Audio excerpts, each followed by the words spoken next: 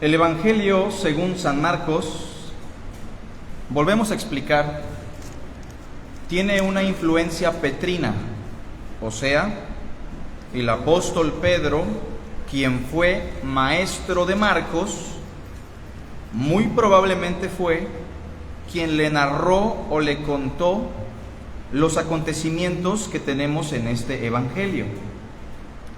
También hemos dicho que este Evangelio nos muestra a Jesús de Nazaret destacando los aspectos humanos y más sensibles de Jesús como hombre.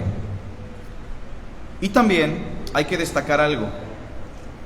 El Evangelio de Marcos nos habla constantemente de grandes multitudes que lo seguían, pero que curiosamente no lo seguían por lo que Cristo había predicado en su ministerio. Marcos entonces es muy enfático en explicarnos cómo se acercaban grandes multitudes, se agolpaban en las casas, en la barca, pero no precisamente porque les interesa el mensaje de Jesús. En medio de todo lo que tenemos en el Evangelio de Marcos, nunca vemos a estas multitudes o a las personas acudiendo a Él porque Él predicó, el tiempo se ha cumplido, el reino de Dios se ha acercado, arrepiéntanse y crean en las buenas nuevas. Esa no fue la razón. Las razones son muy distintas. Vamos a abrir nuestras Biblias en Marcos, capítulo 3.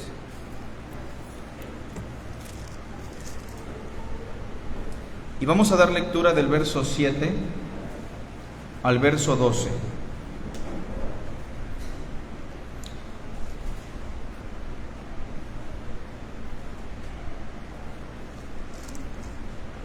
Recordemos que para esta lectura Jesús de Nazaret ya predicó su mensaje claramente al inicio de su ministerio, que de hecho es el texto lema que tenemos en la bienvenida. Jesús ya sanó a algunos enfermos, ya expulsó a ciertos demonios y ha tratado con la religiosidad de los judíos que vivían en legalismo y lo estaban tentando, lo estaban acechando a través de ciertas preguntas. Ahora Jesús ya no va a lidiar con los religiosos o con los legalistas. Ahora Jesús tiene que lidiar con aquellas personas que lo siguen, pero que son inconscientes de lo que significa seguirlo, o que ni siquiera han dimensionado quién es Jesús de Nazaret. Verso 7 del capítulo 3. Mas Jesús se retiró al mar con sus discípulos, y le siguió gran multitud de Galilea y de Judea, de Jerusalén, de Idumea, del otro lado del Jordán, y de los alrededores de Tiro y de Sidón, todos juntos, oyendo cuán grandes cosas hacía, grandes multitudes vinieron a él. Y dijo a sus discípulos que le tuviesen siempre lista la barca a causa del gentío, para que no le oprimiesen, porque había sanado a muchos, de manera que por tocarle, cuantos tenían plagas caían sobre él. Y los espíritus inmundos al verle se postraban delante de él y daban voces diciendo: Tú eres el Hijo de Dios. ¿Todos juntos? Mas él les reprendía mucho para que no le descubriesen. Hablaremos el día de hoy sobre cuando Jesús nos prohíbe hablar acerca de Él. Es algo irónico, ¿verdad? O extraño que abordemos un tema en el cual se nos dice que Jesús nos prohíbe hablar acerca de Él o acerca de su mensaje. Pero no sé si ha notado usted que en el Evangelio de Marcos muchas veces Jesús le prohíbe a las personas o a los demonios que hablen acerca de Él o que divulguen su fama. ¿Lo ha notado? Y hay una razón muy importante. Es verdad que en las Escrituras constantemente se nos insta a predicar el Evangelio de Cristo y a que hablemos acerca de Él. Pero hay algunas personas que no deberían hablar de Jesús. En ciertos contextos, Jesús nos prohíbe que hablemos acerca de Él. Así que hoy queremos analizar el Evangelio de Marcos y abordar algunas de las razones por las cuales no deberíamos hablar acerca de Cristo, o porque Jesús a muchos de sus seguidores les dijo: no lo divulguen, no hablen acerca de mí, no lo propaguen, no lo digan a nadie. Así que hoy vamos a reflexionar sobre esto, hermanos. Primero notemos que ahí en Marcos, capítulo 3, versículo 7, se está dando un fenómeno extraño. Las personas de alrededor, se menciona Galilea, Judea, Idumea, Jerusalén, la gente que estaba cercana al Jordán, Tiro y Sidón, se acercaban a Jesús, pero la motivación que tenían era extraña. Era entendible, pero era una motivación equivocada, porque el verso 8 nos dice que lo seguían oyendo cuán grandes cosas hacía. Hay muchas personas que siguen a Jesús meramente por lo que Él ha hecho en un contexto material, como la sanidad, milagros, la multiplicación de los alimentos, la prosperidad económica.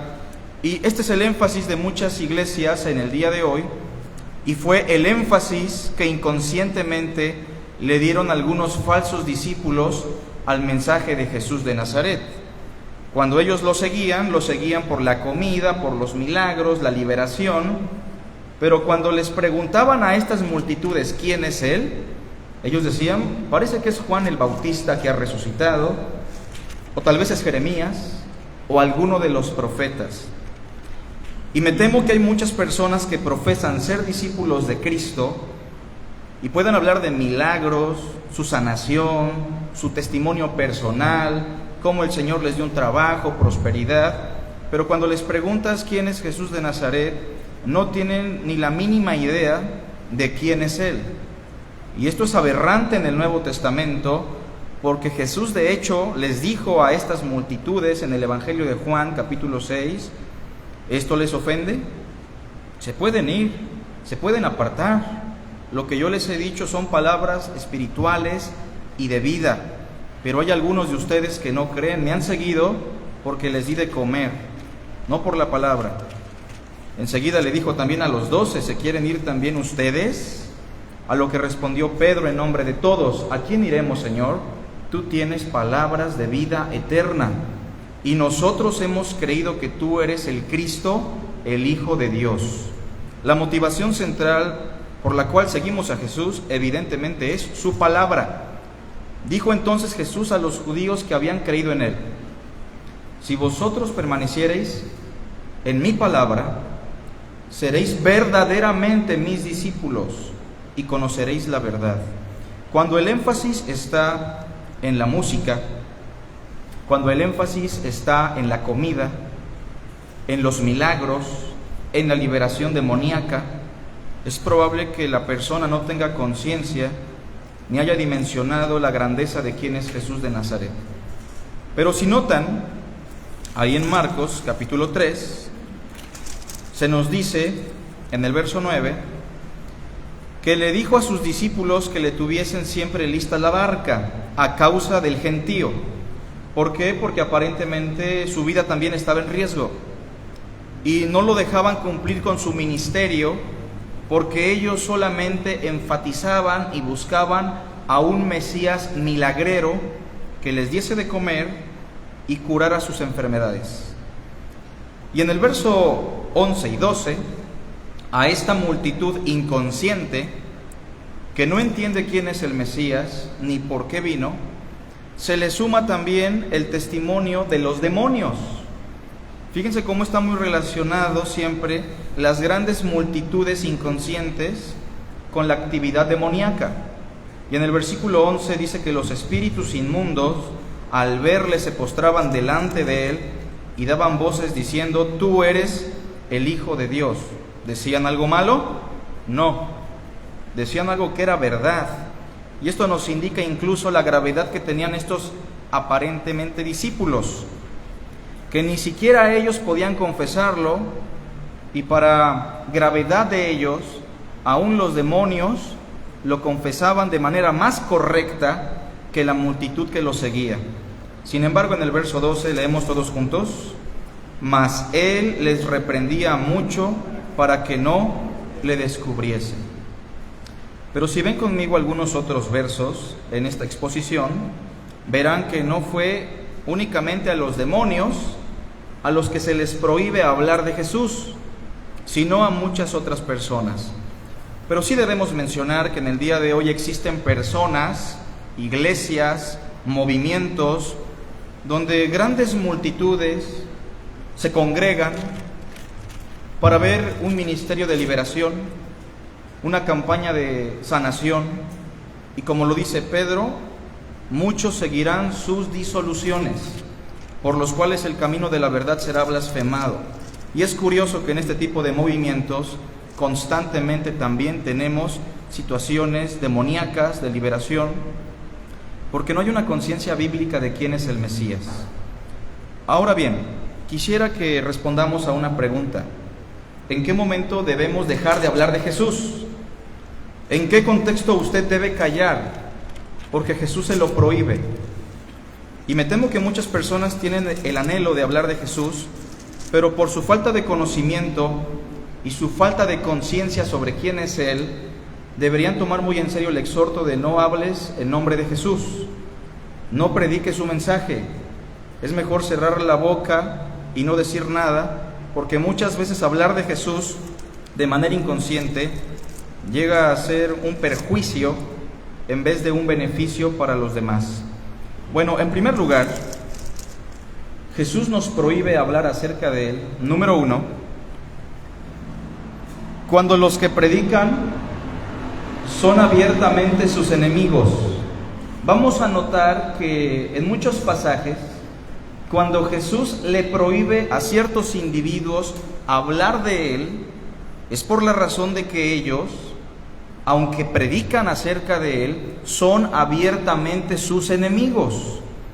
En el texto que tenemos en Marcos 3:12, sabemos claramente que aquí los demonios se califican como espíritus inmundos porque en algún momento de la eternidad ellos decidieron rebelarse en contra de Dios, rebelarse en contra del Mesías, y cuando ellos publican a Jesús como el Cristo, el Hijo de Dios, esto, lejos de ser un halago, es una ofensa. Cristo no quiere tener nada que ver con los demonios, ni con aquellos que abiertamente se han rebelado ante Él. Y es por eso que siempre vamos a encontrar en los evangelios, sobre todo en el evangelio de Marcos, que Cristo les prohíbe a los demonios que hablen acerca de Él, porque Cristo no quiere identificarse con los demonios, ni con ningún individuo que abiertamente se ha rebelado en contra de Él. Vean conmigo los siguientes versos. Marcos 1:24 al 25. Tenemos la primera situación donde los demonios dicen lo siguiente: ¿qué tienes con nosotros, Jesús Nazareno? ¿Has venido para destruirnos? Sé quién eres, el Santo de Dios. Hay muchas personas que desde el púlpito hablarán de la santidad de Dios, hablarán de su amor, de su persona y del Mesías, pero están en la misma condición que los demonios. A tales personas el Señor les dice, como dice el verso 25, todos juntos: pero Jesús le reprendió diciendo: cállate y sal de él. Ya no publiques nada, no hables acerca de mí. Ninguna persona que abiertamente está en contra de Jesús debe hablar acerca de Él o de su nombre. Tenemos otro verso, hermanos, versículo 34 del mismo capítulo 1. Y sanó a muchos que estaban enfermos de diversas enfermedades, y echó fuera muchos demonios. Todos juntos: y no dejaba hablar a los demonios porque le conocían. No es solamente que Jesús no quisiese que le descubrieran, sino que Jesús no quiere que se le relacione con los demonios o con aquellos que son abiertamente rebeldes, porque en algún punto del Evangelio de Marcos y Mateo se darán cuenta que la gente dijo: este echa fuera a los demonios por Belcebú, el príncipe de las moscas o de los demonios en este caso. En ese sentido, la prohibición de no hablar acerca de él tiene que ver con eso. ¿Qué tiene que ver Cristo con Belial o la luz con las tinieblas? Ninguna persona, ningún individuo que abiertamente lo ha rechazado debe hablar acerca de él. También tenemos el capítulo 3, verso 11 y 12, que fueron los versos que leímos. Sobre todo el verso 12, cuando nos dice: mas él les reprendía mucho para que no le descubriesen. Ahora bien, usted puede decir: aquí no tenemos ningún demonio. Yo espero que no. Y los demonios, pues bueno, ya fueron reprendidos por el Señor. Pero hablemos de individuos. Existen individuos abiertamente rebeldes que se han descarado como enemigos de Jesús de Nazaret y aún así hablan acerca de él, a los cuales les podríamos decir, como dice el Salmo 50, por favor.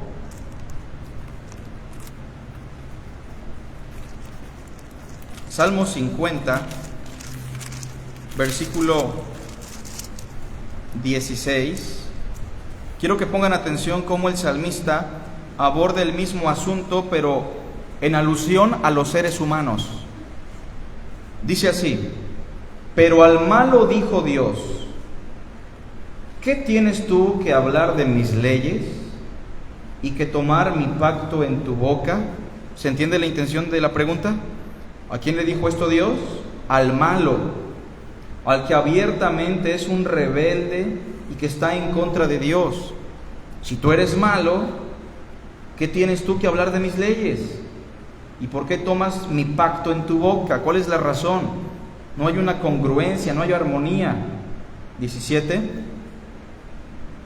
Pues tú aborreces la corrección como los demonios y echas a tu espalda mis palabras. Ejemplo: si veías al ladrón, verso 18, tú corrías con él, y con los adúlteros era tu parte. 19. Tu boca, que es el instrumento que utilizas para hablar de mis leyes y mi pacto, tu boca metías en mal y tu lengua componía engaño. Tomabas asiento y hablabas contra tu hermano, contra el hijo de tu madre ponías infamia. Estas cosas hiciste y yo he callado. Pensabas que de cierto sería yo como tú, pero te reprenderé y las pondré delante de tus ojos. ¿En qué contexto usted debe callar? ¿En qué contexto alguien debe de callar y dejar de hablar de Jesús? Cuando abiertamente ha dicho: no quiero nada de él, no quiero nada con él, así como los demonios. Entonces a esas personas Cristo les dice: calla, no hables acerca de mí. No quiero tener ninguna relación con algún individuo que dice ser mi enemigo. Esto queda claro, ¿verdad? Pero en el Evangelio de Marcos vamos a encontrar otro grupo u otra situación. En segundo lugar, ¿en qué situación deberíamos de callar porque Cristo nos lo prohíbe? Número 2, cuando los que lo predican, esto es muy importante, solo enfatizan los beneficios temporales que Cristo nos puede dar. Miren, hermanos, el cristianismo de hoy, lejos de ser un cristianismo ortodoxo, bíblico, es un cristianismo que ofrece iglesias a la comodidad del cliente, donde la iglesia se ha convertido en un club más que en un grupo de redimidos que buscan adorar a Dios, donde los beneficios temporales son más importantes que los beneficios eternos, donde el Evangelio de Cristo no tiene ningún valor, ningún sentido, porque lo que se busca es el aquí y el ahora. Esto ha provocado que las iglesias del cristianismo se mezcle incluso con la brujería oriental. Cuestiones como la confesión positiva, ¿la han escuchado? Yo decreto, yo confieso, yo declaro, y en los casos más extremos yo te exijo, son cosas que están relacionadas con la brujería y con las corrientes orientales filosóficas. Cristo no es así. Sin embargo, aparte de eso, vamos a encontrar a personas que predican un evangelio que enfatiza la prosperidad económica.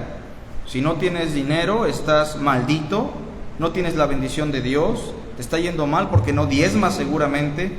Esa era la misma noción que tenían los fariseos sobre las personas de aquella época que eran pobres o estaban enfermos.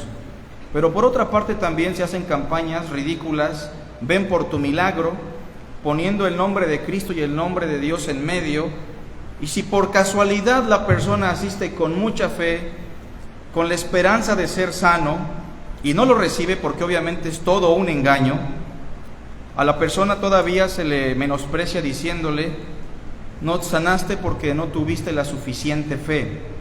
De manera, hermanos, que cuando predicamos un mensaje donde solo enfatizamos los beneficios temporales que Cristo nos puede dar, ¿Cristo qué nos dice? Calla, deja de hablar de mí. Hermanos, con todo respeto, cuando usted se sienta con una persona y le empieza a hablar de su testimonio de vida, cómo Dios lo sanó, cómo Dios le prosperó, cómo Dios le dio trabajo, deje de hablar, hermano, porque ese no es el mensaje que Cristo quiere que prediquemos. Es absurdo cómo perdemos de vista el mensaje central de Jesús. Me platicaba una persona en la semana, muy triste, cómo llevó a 2 personas a la iglesia, a los pies de un pastor. Le costó muchísimo porque quería que estas 2 personas escucharan el mensaje de salvación. Y después de tanto tiempo, las personas accedieron a ir a la iglesia y a escuchar a este pastor. Esta hermana con mucha tristeza me decía que el pastor los abordó, les dio un tiempo y les dijo, bueno, queremos animarles a que asistan porque queremos levantar una iglesia innovadora, diferente, tenemos diferentes actividades, diferentes situaciones en la congregación, nada como lo que conocen. Lo que vamos a hacer en esta iglesia es totalmente nuevo. Hermanos, ¿qué es eso? No es el mensaje del Señor. Si queremos tener un club, podemos ir a un club. Si queremos ir al cine, vamos al cine. Si queremos hacer deporte, hacemos deporte. Pero a la iglesia venimos para conocer a Dios y cuál es su voluntad.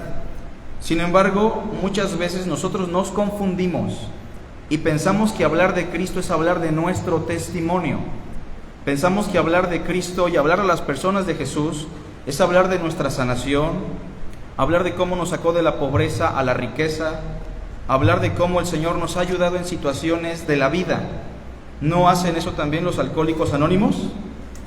¿No hacen también eso los grupos de motivación personal? Mis hermanos, debemos entender que Cristo aborrece, Cristo rechaza todo mensaje que enfatiza solamente los beneficios temporales. ¿Son importantes? Sí, no le digo que no hable de eso, pero primero hable de Jesús de Nazaret, lo que Él hizo y quién es Él. Hable de su reino y de su obra. El testimonio personal se puede mencionar después, pero eso no es el mensaje que debemos enfatizar. Veamos algunos pasajes. Marcos 1, versículo 42.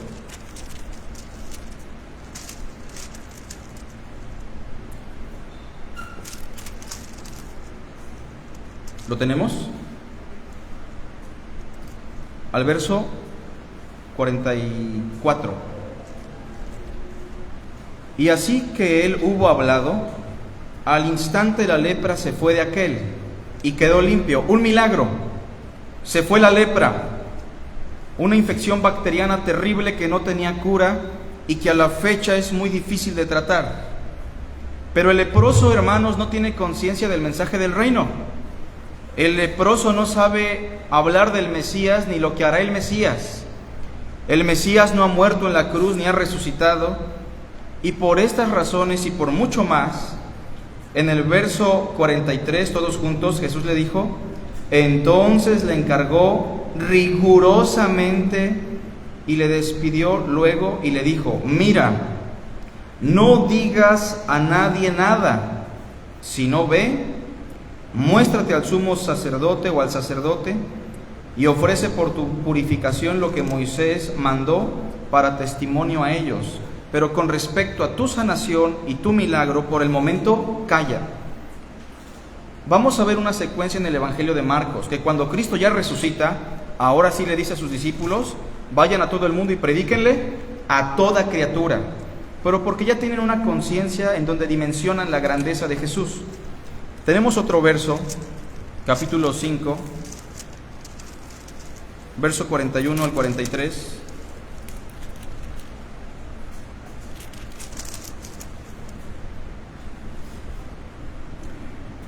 Cristo sanó a una niña, o más bien la resucitó, la hija de Jairo, y tomando la mano de la niña le dijo, Talita cumí, que traducido es, niña, a ti te digo, levántate.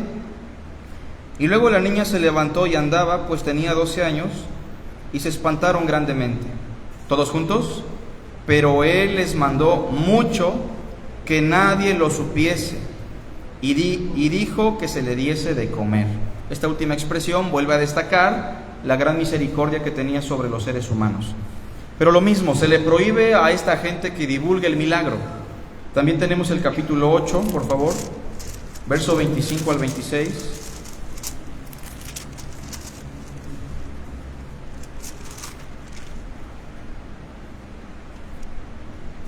Hablando de un ciego, dice lo siguiente: luego le puso otra vez las manos sobre los ojos y le hizo que mirase, y fue restablecido, y vio de lejos y claramente a todos. Versículo 26, todos juntos, hermanos.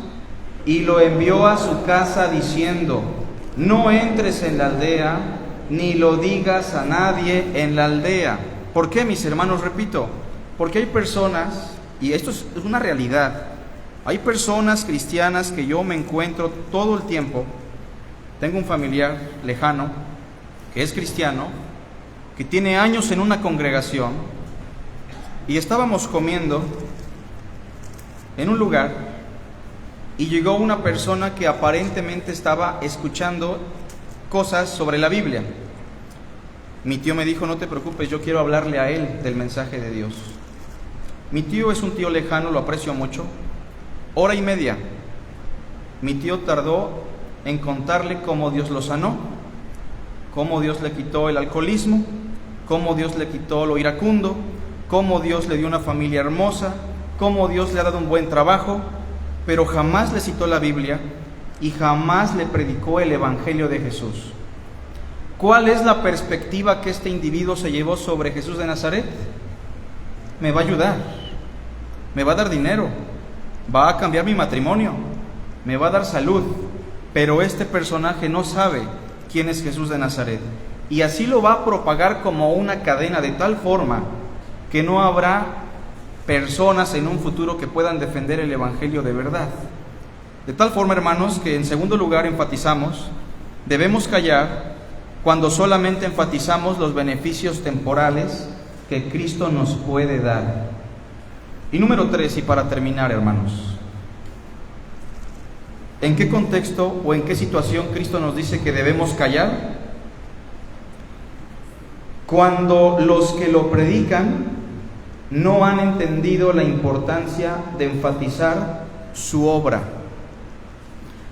Hay personas hoy día que obviamente no tienen ni idea de la importancia que es hablar de Jesús, en un contexto tal vez neopentecostal, carismático, como usted lo quiera llamar, pero también en un contexto ortodoxo, o como le llaman hoy, entre el movimiento reformado. Hay hermanos que absurdamente piensan que hablar de Jesús es hablar de Juan Calvino. Piensan que hablar de Jesús es hablar de confesiones de fe. Piensan que hablar de Jesús es hablar de los 5 puntos del calvinismo, es hablar de doctrinas importantes que se predicaron en la Reforma. Y mis hermanos, hablar de Jesús es hablar de las Escrituras. Hablar de Jesús es hablar de lo que Él dijo que haría. Hablar de Jesús es hablar de su muerte y su resurrección. Por eso Pablo añade conforme a las Escrituras. Notemos, por favor, un pasaje importante, porque aquí podemos pensar que estas personas están en un nivel más elevado porque no enfatizan los milagros, la sanidad, la prosperidad, pero tampoco han dimensionado la importancia de la obra de Jesús de Nazaret de acuerdo a las Sagradas Escrituras. Recuerdo a un hermano, pastor, que me decía preocupado: hermano, es que estas personas están llegando a la iglesia pero no conocen el Evangelio. Yo le decía: hermano, pues predíquele el Evangelio, vaya, visítelos y predíqueles el Evangelio. Sí, hermano, pero no me han llegado los libros de Juan Calvino, entonces estoy esperando a que me lleguen para poderles visitar y predicarles los 5 puntos de la gracia. O sea, este hermano daba por hecho que los 5 puntos de la gracia o los 5 puntos calvinistas eran el Evangelio. Y mis hermanos, ningún sistema teológico, ninguna tradición, ninguna perspectiva debe desviarnos de lo que las Escrituras enseñan, que Cristo murió y resucitó conforme a las Escrituras. Hermanos, yo les pregunto, ¿creen ustedes que nos falta algo aquí para poder enseñar? Yo estoy seguro que ni siquiera estamos capacitados para enseñar todas las Escrituras. Así que perseveremos en ello. Notemos lo que dice Marcos, capítulo 8, verso 27 en adelante. Salieron Jesús y sus discípulos, aquí ya hablamos de ¿quiénes? Discípulos, por las aldeas de Cesarea de Filipo. Y en el camino preguntó a sus discípulos diciéndoles: a ver, quiero que me digan algo. ¿Qué dicen los hombres que soy yo? Esas multitudes que me siguen, ¿qué opinan acerca de mí? Siguiente. Ellos respondieron: bueno, maestro, unos dicen que tú eres Juan el Bautista que ha resucitado. Es la idea que tienen muchas personas. Otros piensan que tú eres Elías. Y otros dicen que eres alguno de los profetas que ha resucitado. Nada más. 29. Entonces Él les dijo: ¿y ustedes? Ustedes que son mis discípulos, ¿qué dicen acerca de mí? Respondiendo Pedro, le dijo: tú eres el Cristo. ¿Buena respuesta? Sí, una muy buena respuesta. Pero es interesante lo que sigue, vean. ¿Todos juntos? Pero Él les mandó que no dijesen esto de Él. ¿Tenían una buena conciencia o no los discípulos? ¿Sabían quién era Él o no? Entonces, ¿por qué se los prohíbe? Porque nos vamos a dar cuenta en los siguientes versos que aunque ellos están avanzados en su cosmovisión de Jesús, no han llegado a un punto pleno de comprensión. Veamos lo que sigue, el verso 31. Y vean de qué trata. Y comenzó a enseñarles, después de que Pedro confesó que Él era el Cristo, comenzó a enseñarles que Él era ¿qué? Necesario. La obra de Cristo es necesaria. Es necesario al Hijo del Hombre padecer mucho y ser desechado por los ancianos, por los principales sacerdotes y por los escribas, y ser muerto y resucitar después de 3 días. ¿Qué está enfatizando Jesús? La necesidad de morir por nuestros pecados y resucitar al 3er día de entre los muertos. Pregunta: ¿Pedro ya sabía quién era Jesús o no? ¿Y los discípulos? También. ¿Pero ya tenían conciencia plena de la importancia de su obra? Veamos lo que dice el verso 32. Esto les decía claramente. Entonces Pedro le tomó aparte y comenzó a aconsejarlo, a reconvenirle.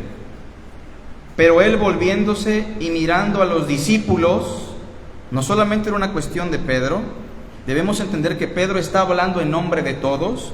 Cuando él dijo: tú eres el Cristo, es la confesión no solamente de Pedro, sino de los 12. Pero cuando Pedro lo aconseja en privado y le dice: ¿sabes qué, Señor? No te conviene morir en la cruz, no te conviene hacer lo que has dicho. 33.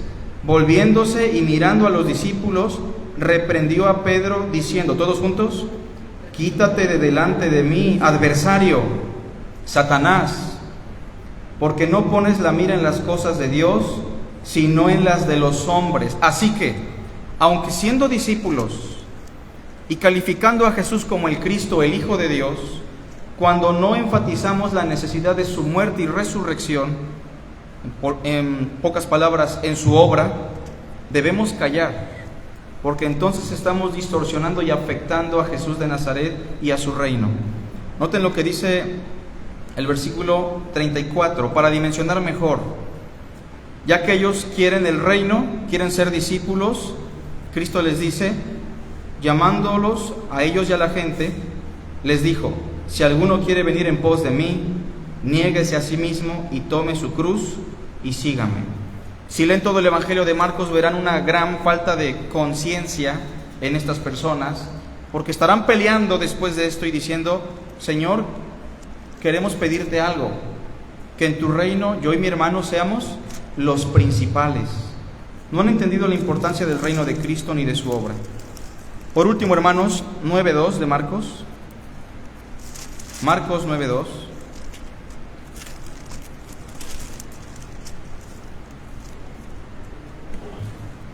La transfiguración, ¿verdad? ¿No hubiese usted querido estar ahí? ¿Ver al Cristo glorificado en el Monte Santo, a Elías y a Moisés?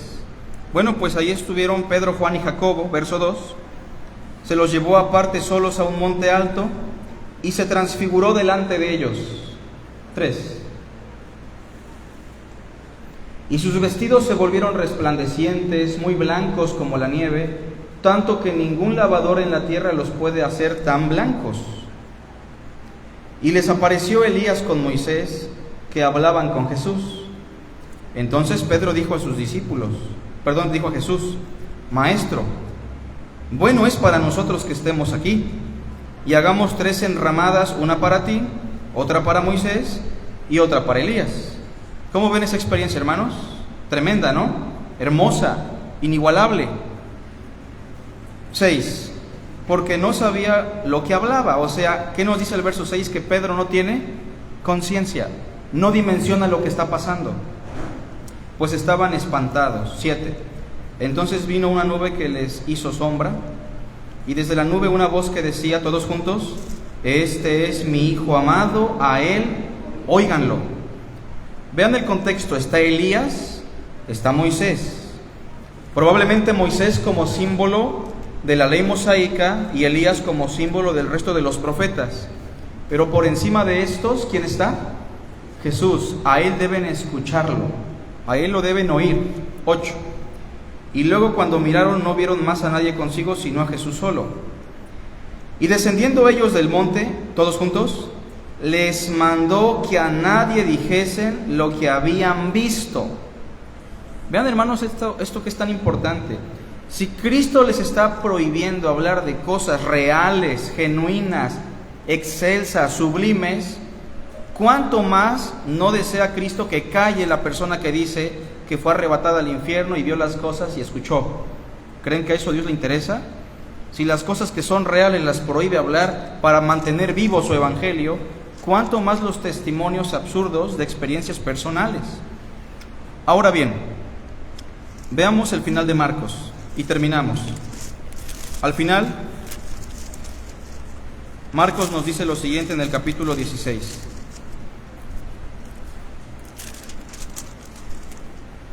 Cabe mencionar que aún en este capítulo los discípulos siguen teniendo incredulidad. Verso 14, por favor. También hay que mencionar que probablemente hay una porción de este evangelio que no aparece en los escritos antiguos, pero lo trataremos en su momento.